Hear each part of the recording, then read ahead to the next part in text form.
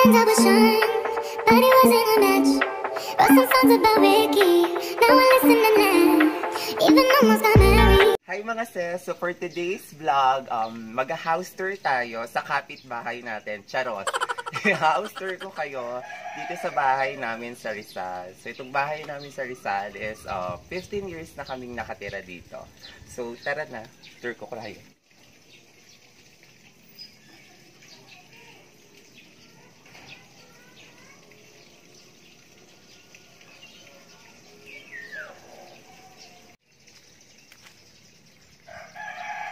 O, di ba ang dami pang kasi nga nasa probinsya tayo. So today, pagkapasok niyo ng bahay namin, ito kagad ang bubungad sa inyo, washing machine. Ewan ko bakit may washing machine kami dito sa tapat ng bahay namin. Charos, hindi. So unang-unang bubungad sa bahay niyo, bakit bahay niyo sa bahay namin is si Berna. Ayan, say hi Berna sa mga sis natin. Ang lungkot niya, di ba? Kasi di pa siya kumakain, di pa siya nag-aamusal. So ayan. Ito yung hallway namin papasok sa bahay. So ayan. Tsura ng bahay namin is puro pahaba. Ayan, para kaming nasa rehas. Punong-puno kami ng grills. Kasi nga yung lola ko gusto sit down. So ayan, kung makikita nyo, probinsyang-probinsya yung bahay. Dito sa amin. Pero nang ingay mo, nagbablog ako. So, ayan.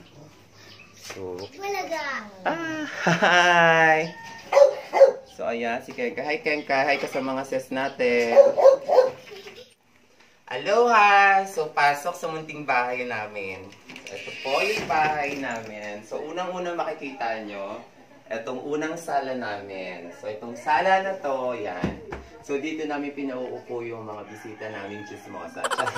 So, ayan. Dito namin pinauupo pag gusto nila ng mga seryosong usapan, mga chismisan. Dito sila, yan. Especially yung mga bisita ng mama ko. Dito sila lagi nagpekwentuhan.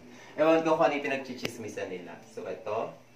Dito pa namin. Puro sala talaga kami dito. So, ayan. Isang sala namin. Kaharap lang nung isang sala. Ewan ko ba. So, susunod, ito yung sala naman kung saan pinaupo ko yung mga kaibigan ko pag magiinom kami. So, ayan, dito lang kami, inuman, kantahan. So, yung alak, dito yung pagkain, pulutan. And, ito naman yung entertainment showcase. So, ayan. So, yung entertainment namin. So, yung palabas is Pop Talk. So, ito yung Pop Talk, ito yung nag-guest si Katrina Halili. So, sinama niya ako dyan sa palabas na yan. So, ayan. Check mo. So, ayan. O, diba? Ganda ko sa pag ko. So,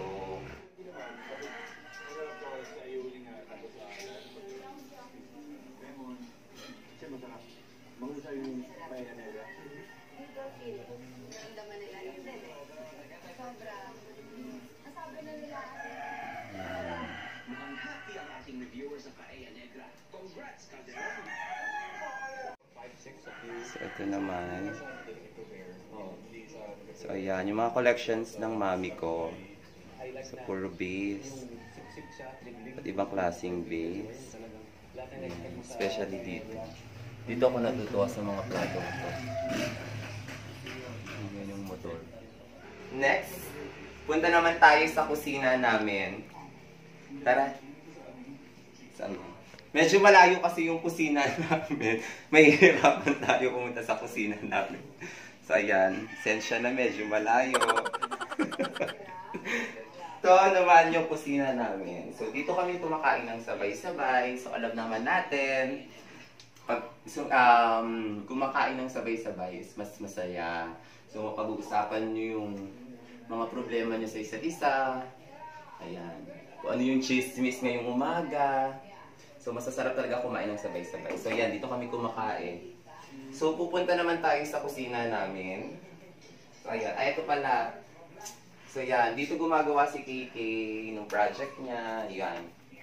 So, thank you sa mabilis naming internet. And quite... So, eto. Tara. Ito yung kusina namin. So, yan. Dito nagluluto yung mama ko, ako.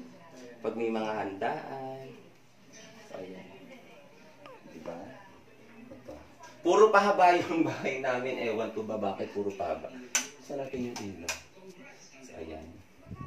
So, hindi ka tignan mo. Ayan. Dito yung ref. Yan. So, yung ref, yung water dispenser. Dito namin nilalagay yung mga plato, mga baso. Ayan. So, dito yung mga stocks ng pagkain. Dahil wala kaming stocks, huwag na nating buksan. Wala pa kasing pera, wala pang padala, hindi pa tayo sumasahod sa paluwagan. So, yan nga pala si Kenkay. Tignan mo, saan pakita mo yung ano? Yan, dyan naman kumakain si Kenkay. Kasabay din namin siya, syempre, baby namin yan eh. Yan. So, tara, so susunod naman, pupunta tayo sa bathroom namin. Alam mo ang layo ng bathroom. So, ito, ayan, pasok tayo sa bathroom namin. So, ayan. So, ito yung bathroom namin. May pahaba din siya, parang kusina. Ewan ko ba puro pahaba. So, ayan. Dito kami nagsi-CR, lahat. So, ang pinaka-favorite part ko sa bathroom ito. Itong bidet namin. Sarap talaga sa pakiramdam niyan. So, ayan. So, susunod. Ayan, pahaba na naman. So, ayan. So, ito. Dito naman kami naliligo. So, ayan. So, ayan, dyan kami nililigo. So, may heater din kami. Kailangan namin ng heater kasi sobrang lamig dito sa Rizal. Parang ka nasa Baguio. So, hindi mo kakayanin yung lamig ng tubig. So, ayan. So, aakyat naman tayo sa taas. So, para pakita ko sa inyo yung master bedroom. Tsaka yung mga kwarto doon. Poste.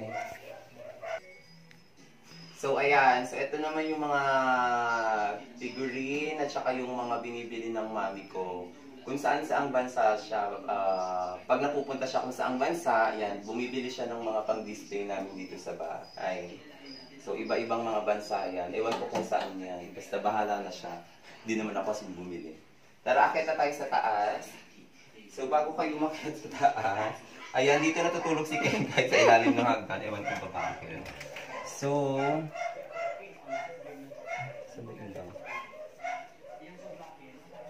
ito naman yung kwarto ng mama at papa ko, tsaka ni Trixie. Yan. So, ayan, dito sila natutulog. Pasensya na makalat kasi nga may bata. Alam naman natin yung mga bata makalat. So, ayan. Ito yung regalo ko sa kanya ng 7th birthday niya na napakamahal. Ito. Yung Disney Princess. Yay! Hindi niya binubuksan, ayaw niya daw masira. Baka magulo. So, napakabait na bata. So, akit na tayo sa taas. Ayan. So, dito sa taas namin, nandito yung master bedroom, yung kwarto ni Kay, na dati kong kwarto, yung dati kong kwarto na nakay Kay na ngayon kasi hindi na ako madalas nagstay dito kasi nga may trabaho. So, ayan. Medyo malubog dito, bahala kayo. So, ito yung kwarto. Ay, ito pala. So, ito yung mga achievements. Charas! Ito yung mga pictures. So, ayan. Pakita mo, katikli. So, yung mga pictures namin. Ayan. Kasi yung mga ninu-ninuno. Ayan. So, ito naman yung kwarto. Ito yung dati kong kwarto. Na kwarto na ni Kay ngayon. Kasi nga hindi na nga ako madalas mag-stay dito. Pasensya na medyo burara yung kapatid ko. Ayan. So, ito yung kwarto niya. So, dito siya gumagawa ng mga projects niya. At kung ano-ano pang kalandian maliit sa kanya. So, susunod, ito namang master bedroom. So, ito yung kwarto ng mom ko na nasa Hawaii ngayon. So, dahil wala siya, ako muna yung natutulog dito. So, dito ako nagstay pag off ko. Yan. Dito ako natutulog. So, ito pa. Ayan. So, ito yung master bedroom. Dito ako nagpapahinga. Pag sobrang stress sa trabaho, yan. Ayan. So, ito yung kwarto ng lola ko. So, hindi pa namin inaayos. So, wala na masyadong ayos. Kasi nga, wala naman siya, nasa Hawaii siya. So, doon siya nakatira. So, ayan. So, yung mga collections ng bags niya, that, mga shades, ayan. So, yung, ewan ko kung anong tawag dyan. So, yung mga damit niya na dyan, katupi lang. So, ito naman yung, isa pang CR. May CR pa kami dito. So, medyo hindi na kailangan, papakita ko pa ba? Pasensya na medyo madumi kasi nga wala nagsi-CR. So, wait lang. So, ayan. Huwag ka na pumasok. So, ayan. May isa pa kaming CR dito. Medyo padumi-dalo lang gumagamit. So, nililinis namin to pag umuwi yung mom ko. So, ayan. So, pupunta naman tayo sa terrace. So, kung saan kami madalas magstay, tsaka mag-inom ng Kuya Joker. So, dito rin naglalaba yung mama at papa ko. Ito yung terrace namin. Dito ko pinaliliguan si Kenkay. So, yan. Dito kami madalas mag-inom ni Kuya Joker. So, makikita nyo, di ba? Probinsyang-probinsya. Ang sarap mag-stay dito. Ang di lang masarap dito yung mga tawag ng kapitbahay. Tsaka yung hindi sarap kapitbahay. So, yan. Diba? So, ayan.